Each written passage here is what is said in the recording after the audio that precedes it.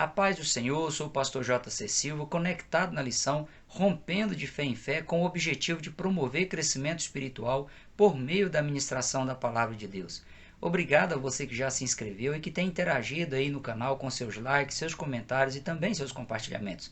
Quem ainda não se inscreveu, peço que se inscreva e acione aí o sininho para receber as notificações dos próximos vídeos. Continuo contando aí com seus likes, seus comentários e também os compartilhamentos nas redes sociais. Sua interação no canal é muito importante. Diga de onde você está conectado. Conheça o e-book Os Relacionamentos e Seus Vínculos, influências que interferem na formação da personalidade e do conhecimento, clicando no link na descrição do vídeo e também fixo nos comentários. O foco de hoje é a lição de número 4 da classe Conectar Mais Jovens, Vencendo as Injustiças da Vida. O versículo do dia é Gênesis capítulo 40, versículo 23, que diz: O copeiro Mô, porém, não se lembrou de José, antes se esqueceu dele.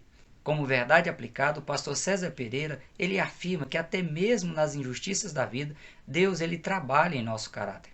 O texto de referência está em Gênesis capítulo 41, versículos 9 ao versículo 13, que diz: Então falou o copeiro Mô a Faraó, dizendo: Dos meus pecados me lembro hoje, estando Faraó muito indignado contra os seus servos e pondo-me sobre a prisão na casa da guarda, a mim e ao padeiro Mô, então sonhamos um sonho na mesma noite, eu e ele, cada um conforme a interpretação do seu sonho, sonhamos. E estava ali conosco um jovem hebreu, servo do capitão da guarda, e contamos-lhes, e interpretou-nos os nossos sonhos, a cada um interpretou conforme o seu sonho, conforme ele nos interpretou, assim mesmo foi feito. A mim me fez tornar ao meu estado e a ele fez enforcar. Diante da temática vencendo as injustiças da vida, cabe dizer que injustiça se refere a qualquer tipo de ação ou coisa injusta, que fere os direitos individuais, que deixe de dar o que a pessoa mereça receber ou que tira de uma pessoa o que lhe pertence por direito. No decorrer da vida humana, muitas injustiças são praticadas pelas pessoas e a forma como a pessoa se posiciona diante delas vai determinar o rumo que a pessoa vai seguir, bem como os resultados que a pessoa vai obter. O lado pedagógico das injustiças é que elas têm o potencial de ensinar lições positivas e também lições negativas. Podem se tornar molas propulsoras para impulsionar a pessoa a sobressair, a crescer, a expandir, a se tornar independente, ganhar resistência e se tornar resiliente e superar as injustiças da vida, ou jogar a pessoa no buraco e enterrá-la para a vida e para os relacionamentos, impedindo que a pessoa consiga desfrutar do amor, da bondade e do perdão de Deus. Também impede as pessoas de desfrutar das coisas boas da vida e da companhia sadia de pessoas tementes a Deus, íntegras e dignas de confiança. Ou a pessoa preserva a sua fé em Deus e avança na dependência dele, ou a pessoa se entrega e se torna sua maior inimiga por deixar de acreditar no potencial que possui como dádiva de Deus ao ser humano e na ação do Espírito Santo para capacitá-la a agir dentro da vontade de Deus. José, ele escolheu guardar a sua fé em Deus e por ele foi honrado. Com muita propriedade, o pastor César Pereira, ele afirma que confiar na justiça de Deus é a melhor forma para vencer as injustiças da vida. É inevitável que as injustiças ocorram juntamente com os levantes do inimigo por meio de pessoas rancorosas e que têm prazer em promover ações injustas para impedir outras pessoas de serem felizes. Mas escolher como enfrentar as injustiças é uma questão pessoal íntima. É cada pessoa que decide como vai agir ou reagir, se vai lutar para vencer as injustiças ou se vai se deixar ser destruídas por elas. Independentemente de onde vier as injustiças, a mais sábia decisão é a de confiar em Deus e entregar a Ele os problemas para eles serem resolvidos e liquidados. As injustiças que mais provocam dores são aquelas provocadas por pessoas da família que deveriam buscar o bem de seus familiares, ou por pessoas próximas que agem de forma proposital por relaxo ou por maldade intencional. Quanto mais próximo for a pessoa que pratica um ato de injustiça e quanto mais admirada ela for por quem for injustiçado, mais profundo poderá ser o trauma, caso a pessoa ela decida absorver os ensinos produzidos pela situação de maneira negativa. No caso de José, Gênesis 37, versículo 4 diz que vendo, pois, os seus irmãos que seu pai o amava mais do que a todos os seus irmãos, aborreceram-no e não podiam falar com ele pacificamente. Ou seja, pelo fato dos irmãos de José eles se sentirem injustiçados pelo pai e absolverem o fato de forma negativa, cometeram injustiças com José ao aborrecê-lo de forma furiosa. No texto original, o verbo transitivo direto aborrecer, ele reforça a ideia de os irmãos de José odiá-lo a ponto de tratar com desdém e hostilidade a posição que Jacó o colocou, seus sonhos, seu caráter e tudo mais que José fazia. Entre a morte da mãe de José e a sua venda aos mercadores de escravos, foram de 8 a 9 anos de uma convivência quase que insuportável com seus irmãos. Diferente dos seus irmãos, José ele enfrentou todas as injustiças de forma resiliente. José preferiu tirar lições positivas da situação e permaneceu na dependência de Deus, que sempre foi o seu juiz. De forma pacífica, José nunca revidou seus irmãos, nunca planejou vingança e sempre procurou promover o bem-estar de seus irmãos de forma sustentável. Até mesmo os testes que José impôs aos seus irmãos quando eles foram comprar alimentos no Egito, visou garantir que eles retornariam ao Egito e que José ele teria novas oportunidades de garantir a sobrevivência deles, dos filhos deles e também do seu velho pai Jacó. O contexto bíblico mostra que quem decide tocar nos justos provoca a ira de Deus, que reage para fazer justiça. Caso a pessoa injustiçada decida tirar lições positivas diante das calúnias e das injustiças e aproveitá-las na vida diária como fez José, o amadurecimento emocional e espiritual se concretizará. A pessoa ganhará estrutura e o caráter da pessoa se tornará mais forte e resiliente ao ponto de causar impactos positivos duradouros até mesmo nos inimigos que querem ver o seu mal. Ao ser colocado à prova diante das calúnias injustas produzidas pela esposa infiel de Potifar, o caráter de José ele foi aprovado com louvor.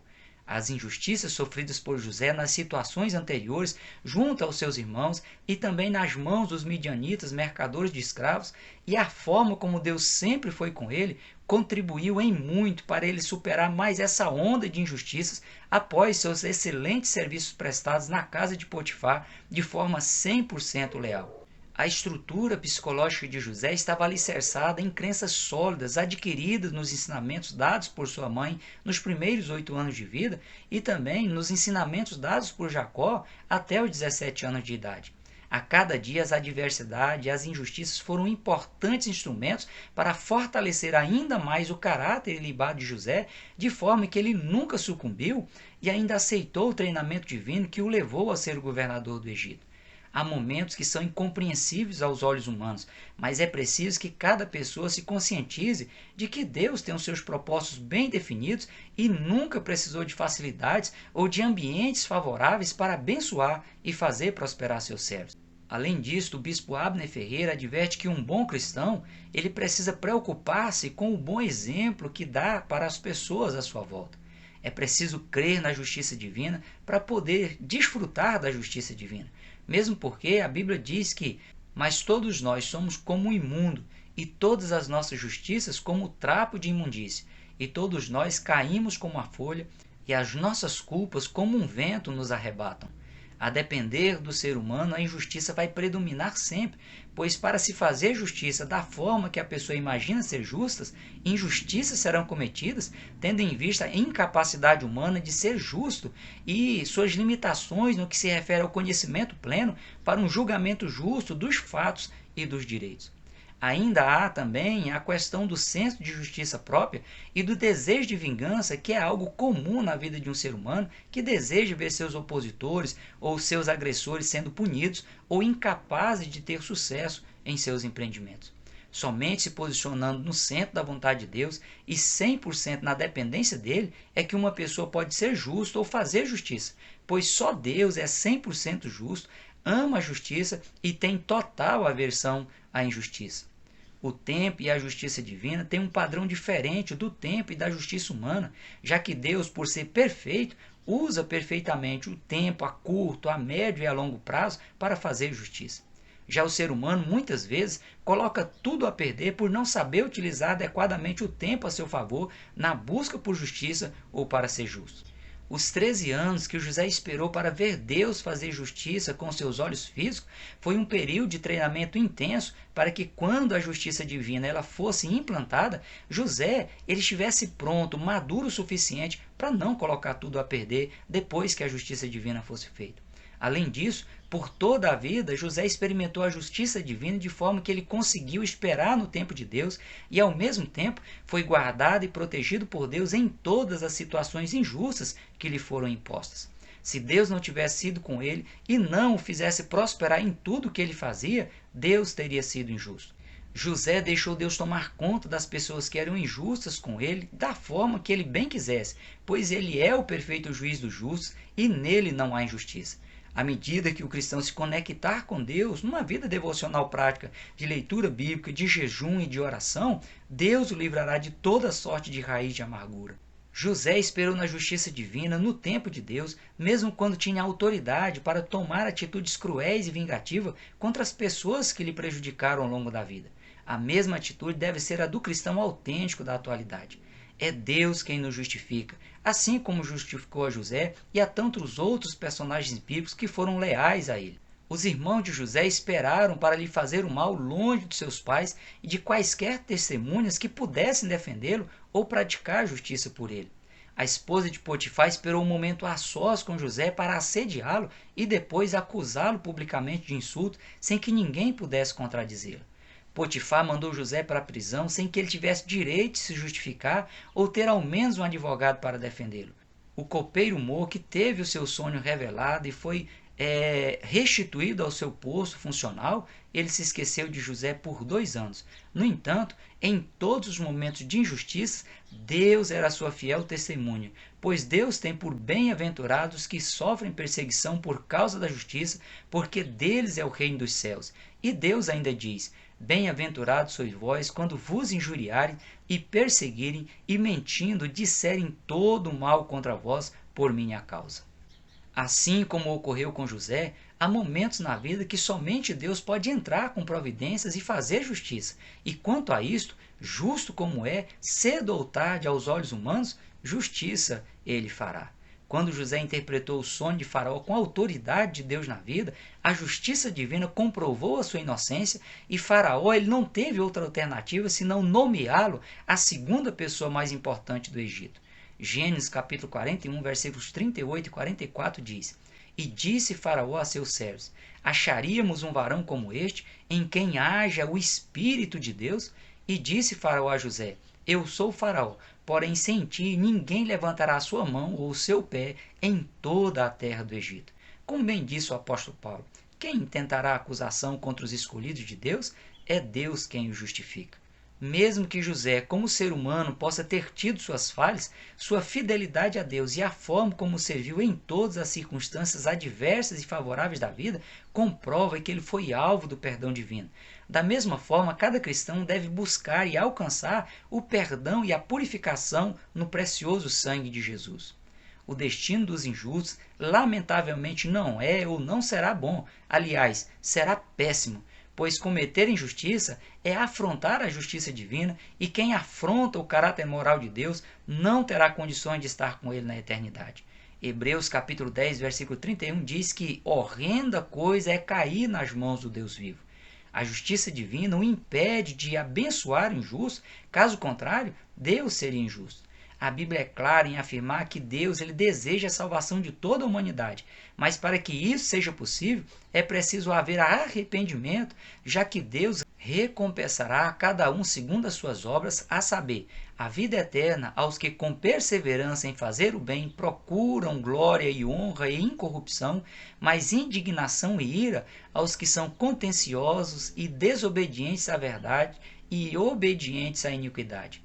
Se Deus exige que seus servos e suas servas sejam fiéis, leais a Ele, para serem abençoadas e herdarem a salvação eterna, os infiéis, os desleais à vontade de Deus, infelizmente não poderão desfrutar das bênçãos reservadas por Deus aos fiéis.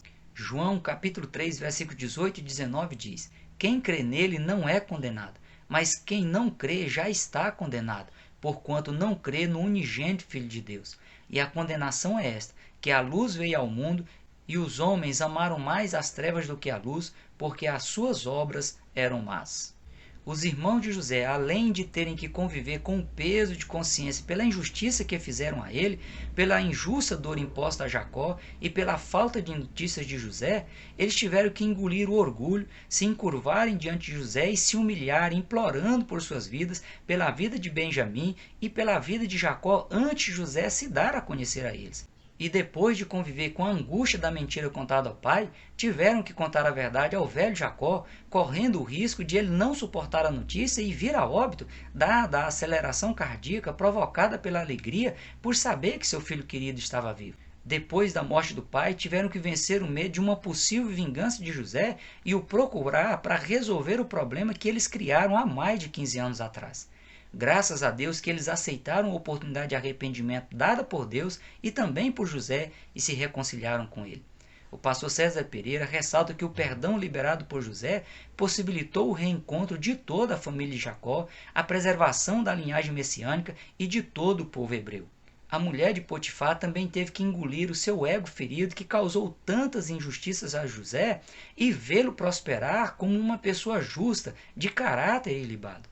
Apesar de ela ter sido o motivo de José ter ido parar na prisão, ela não teve como impedir a sua ascensão, que foi promovida pelas mãos do próprio Deus. Sem dúvidas, brasas de fogo foram colocadas sobre a cabeça da infiel esposa de Potifar. A pedagogia das injustiças precisa ser analisada e retida as lições positivas que vão impulsionar a pessoa a continuar na dependência de Deus e a ver a sua justiça ser feita no seu tempo e na sua hora. Jesus, ao instruir seus discípulos a orar, desejando a vinda do reino de Deus, foi porque ele sabia que o reino de Deus, o reino do Pai, tem os seus fundamentos na justiça e no amor. Crer, aceitar e esperar a justiça divina é a melhor decisão que uma pessoa possa tomar, já que qualquer pessoa que quiser fazer justiça com as próprias mãos, do seu jeito e no seu tempo, verá que Deus tem aversão à justiça humana, já que diante dele, a justiça humana ela é injusta. Além disto, segundo a psicologia positiva, a prática do perdão é recomendada para que haja a libertação do vínculo negativo com o transgressor, com a pessoa que praticou ou promoveu a injustiça. Esse foi o caminho trilhado por José, que não permitiu que o ressentimento e a mágoa o conduzissem à vingança. Ele se manteve fiel a Deus, aos seus princípios e se tornou um herói da fé. Que você possa vencer as injustiças da vida na dependência de Deus, seguindo o exemplo de José.